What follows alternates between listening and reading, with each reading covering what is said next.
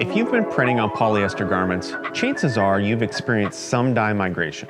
It can discolor your ink and ruin your print. Unfortunately, you don't see the effects of dye migration until after the shirt is cured, so it's very frustrating when it happens. Let's look at why this issue occurs and how to change your process in an effort to avoid dye migration.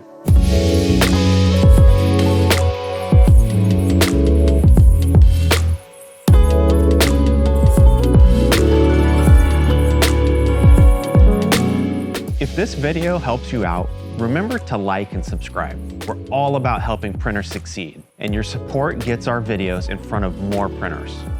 Dye migration occurs when the dyes in polyester fabrics reach 270 to 300 degrees Fahrenheit. For dye sublimated fabrics, the temp needed to cause dye migration is even lower. The dyes turn into a gaseous state and can discolor your design.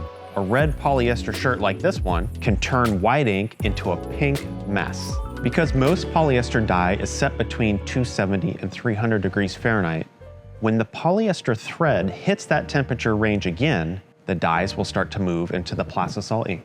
There are many ways to combat dye migration. One way is by using FN Ink Barrier Black. This underbase ink is designed to help you stop dye migration on polyester garments.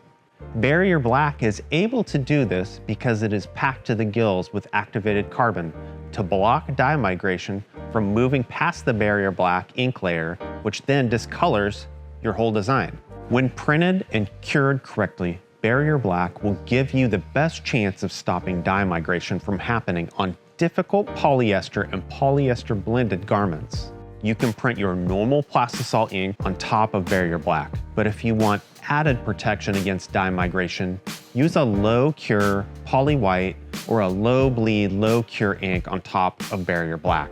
This will give you the best chance to completely stop dye migration.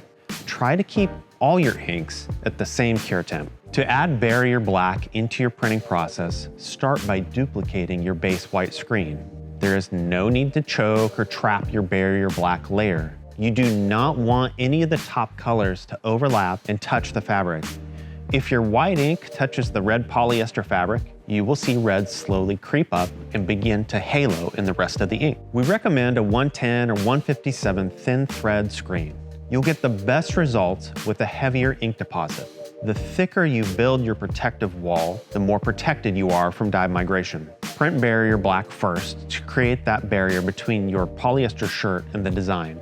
Once you've printed Barrier Black, gently flash the ink layer.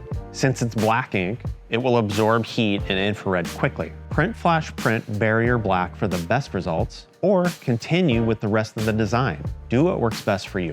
While using any heat source, remember heat is the main reason dye migration occurs. Barrier Black, low bleed, poly inks are there to fight against dye migration when it happens. But heat is the most important variable to keep in mind when printing on polyester garments. Think of your ink choices like a castle wall. They protect your garments from the invading forces of dye migration. Flash at 180 to 200 degrees Fahrenheit for 2 to 5 seconds, depending on conditions and ink deposit thickness.